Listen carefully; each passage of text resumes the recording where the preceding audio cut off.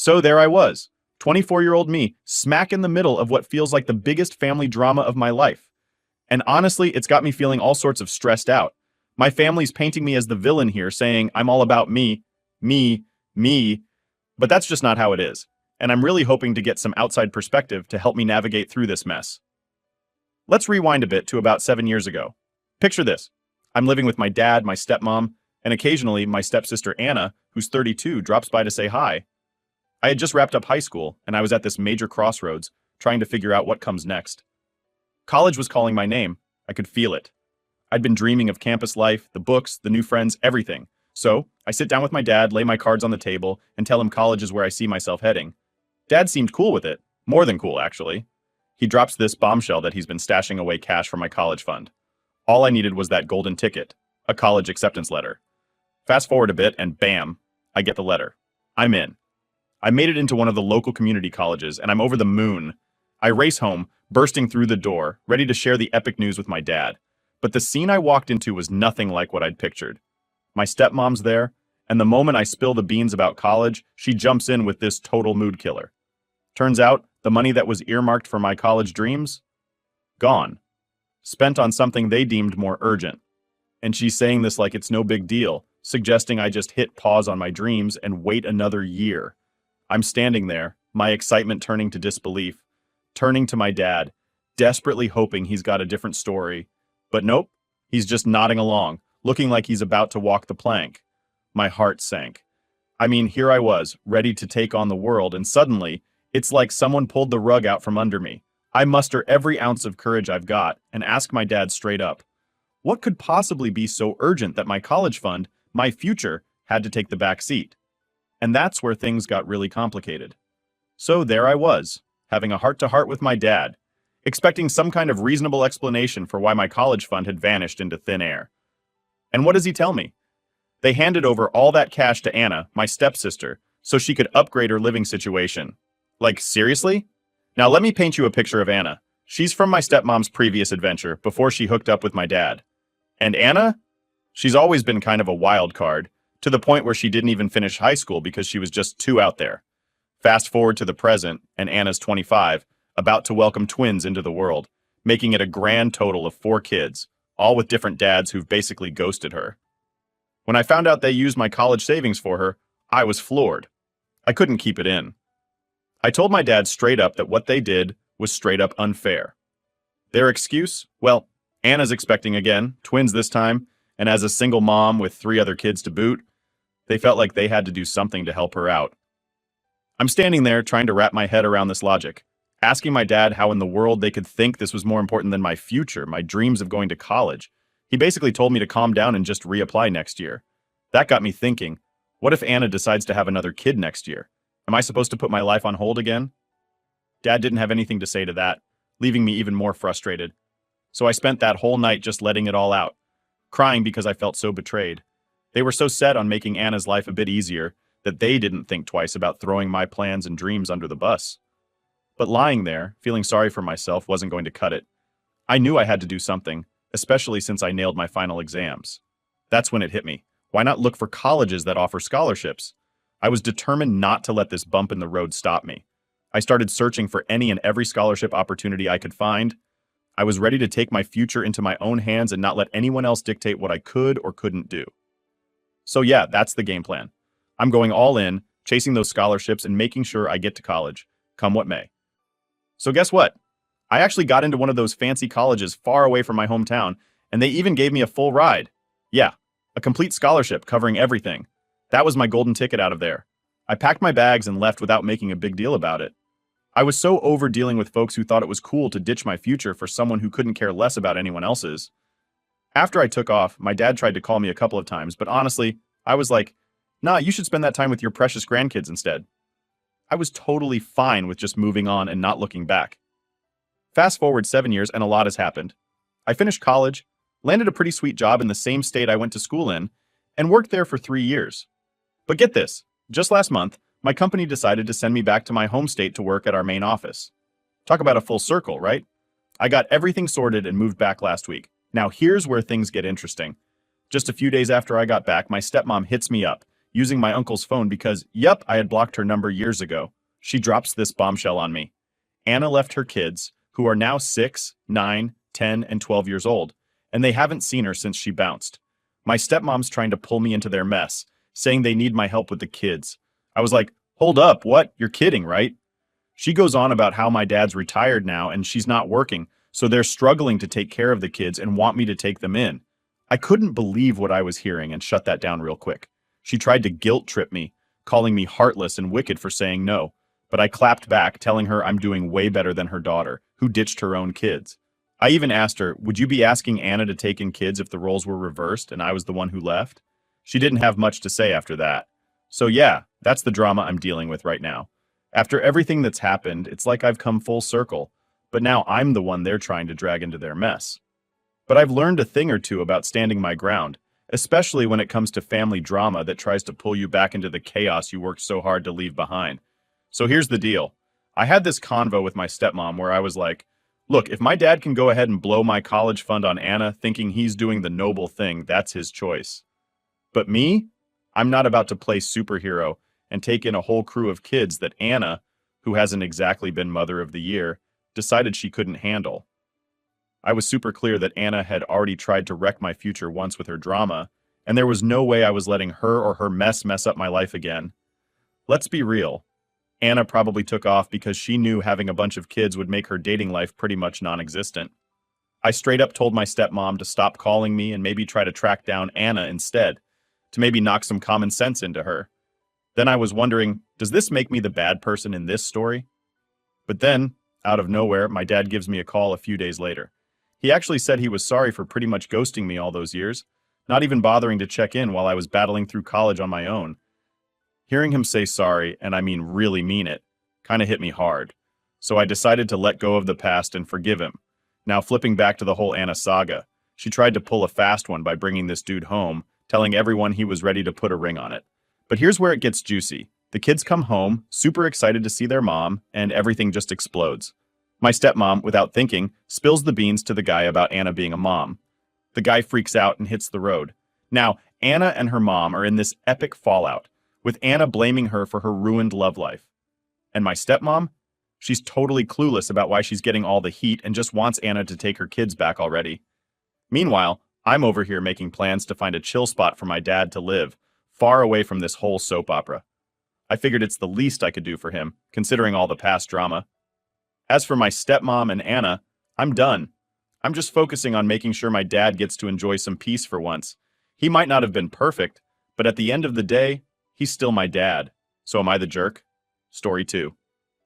So here's the thing. My wife and I had been together for a whole decade, and then, out of the blue, she cheats. Picture this. It's just a regular Thursday afternoon. I had come back from work, hopped in the shower, and was just chilling in bed next to my wife, trying to shake off the day's stress. She had a shift coming up soon, so she got up to get ready and headed into our master bedroom. I'm just lying there, scrolling through TikTok, not thinking much of anything, when I get this text from a number I don't recognize. The message is asking if I'm me, using my name and everything. I'm like, yeah, that's me. Then they ask again, making sure they've got my full name right, and I confirm. That's when they drop this bomb on me, saying they're really sorry, but they've got to tell me that my wife's been cheating on me, and they've got text to prove it. This person sends me screenshots of conversations where my wife is talking to someone about how she's got this coworker who can't seem to keep his hands to himself. She's joking around, saying she's created a little monster, and talking about how she'd never go for a coworker, especially one who's married. But then, oops, turns out she's been having an affair with some random guy and even bragging about it to him. She's in these texts, telling this guy that if they lived closer, she might have taken things further. So yeah, I was completely crushed. We've been married for 9 years and together for 10. We've got 3 amazing kids and had built this whole life together. When I read those texts, I just lost it. I was a complete emotional wreck, trying to process how everything we had built was just falling apart. So I decided I couldn't just sit on this. I needed to talk to her about it straight up. I asked her to step outside for a chat and laid it all out. Her first reaction? Total denial. She's like, "You're out of your mind. There's no way I'd ever do something like that." But I was ready. I told her I had the screenshots, the proof, and it was time for her to just be honest. You know, she has this particular look she gets when she's caught in a big fat lie. And right then, she was practically wearing that look like a Halloween mask. From the messages I saw, she fessed up to messing around with one guy physically, And then there was some flirty stuff with another. That's as far as she would go. But in my head, I'm thinking, if she's copping to that, what else is there? What other secrets is she too embarrassed to spill? I've always been super clear with myself, and with her too, that cheating is a deal breaker. I used to say I'd drop her in a heartbeat if it ever happened. But now that I'm actually facing this mess, it's way harder than I ever thought it'd be. She's my wife. I meant every word of those vows I took. If I could just believe she was truly sorry and knew for sure this wouldn't happen again, I'd be willing to forgive. But how can I? The trust is shattered. Believing anything she says now just feels impossible. I've kind of put a pause on making any huge decisions until we give marriage counseling a shot. I'm leaning towards this mostly for the sake of our kids, but if I'm being totally honest with myself, I'm not 100% convinced it's the right move. It just blows my mind, you know? How can someone who swears up and down that they love you turn around and pull something like this? Since everything came out, she's been ticking all the boxes, doing everything I've asked her to. But I'm stuck here wondering if that's ever going to be enough to patch things up. See, the thing is, I'm not one to just toss my relationship into the trash bin without a second thought. Not like it seems she did. I've been super careful about who I spill the beans to, thinking about the off chance I decide to stick things out with her. My family's already not exactly her fan club, and if they got wind of this, well, let's just say it wouldn't be pretty. But part of me, a big part, wishes I could just scream about all this from the highest point I can find, instead of feeling like I've got to keep it all under wraps. I'm all over the place emotionally right now, like a blender set on high without a lid. There are so many feelings happening all at once, and trying to figure out which one to actually listen to is like trying to catch smoke with your bare hands. Dropping all this here, I guess, is part vent, part plea for a bit of wisdom or guidance from anyone who's been in these shoes or even just has an outside perspective. I get that nobody else can make this call for me, but man, any sort of help in untangling this huge knot of emotions would be seriously appreciated. Big thanks in advance to anyone who takes a moment to weigh in. Story 3. My sister's got this 7-year-old kiddo who, well, still rocks diapers once in a while. It's not like an all-the-time thing, but he has his moments, you know? And he's got autism, which probably plays into this whole diaper deal. On my end, I've got a little squad of my own with a 9-year-old leading the pack, and 2 munchkins trailing behind at 4 and 2. So my sister and her little dude are crashing with us for a bit. Her apartment's kinda in a mess because of a fire that went down a few floors up from hers. And to top it off, they found some gnarly black mold creeping around. And man, is it a scorcher outside these days. Last summer, my hubby decided to go all out and popped up this massive pool in our backyard. It's like we've turned into the neighborhood hotspot with all the kids diving in and out of our place to cool off. Their folks are pretty awesome too, lending a hand with keeping our yard looking nice and sometimes grilling up a storm. My sister and I, well, we've had our moments. Like, she's had some oddball requests for her son's meals or got iffy about me breastfeeding near him. But hey, we sorted all that out. Now here's where it gets a bit sticky.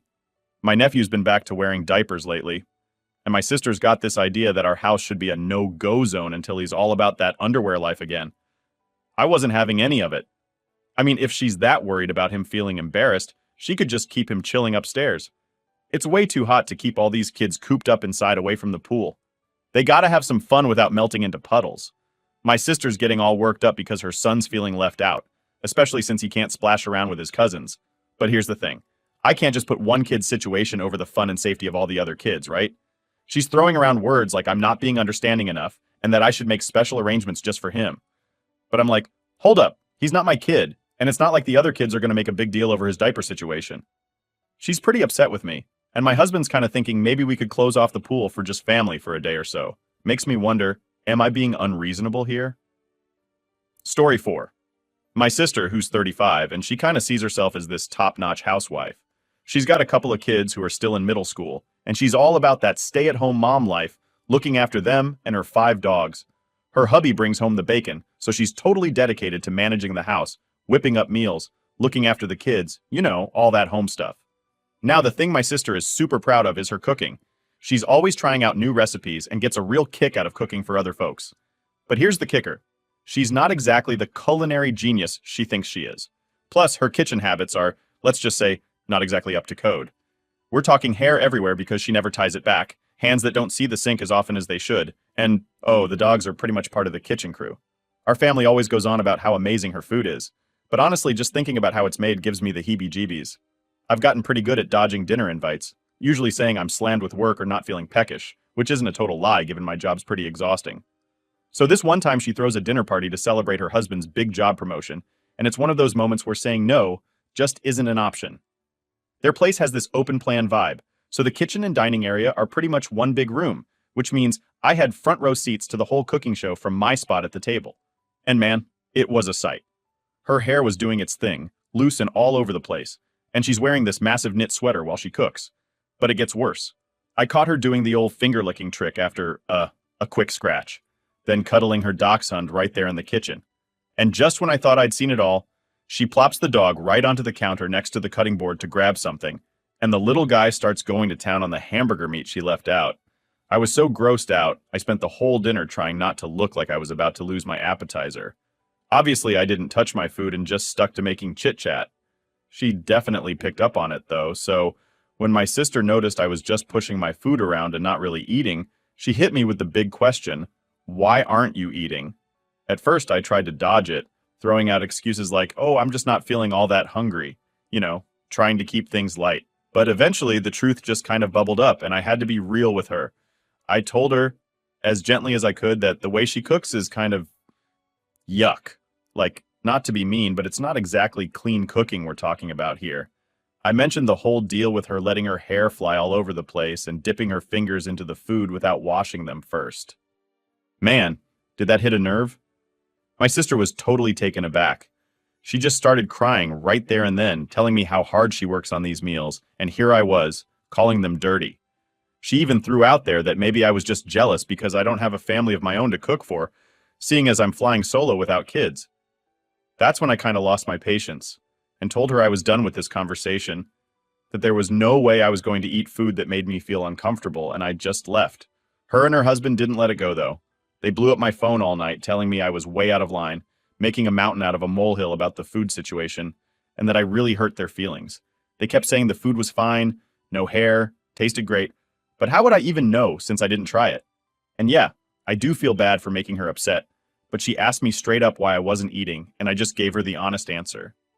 Just to clear things up, it was just the three of us there, me, my sister, and her husband. No big family dinner or anything.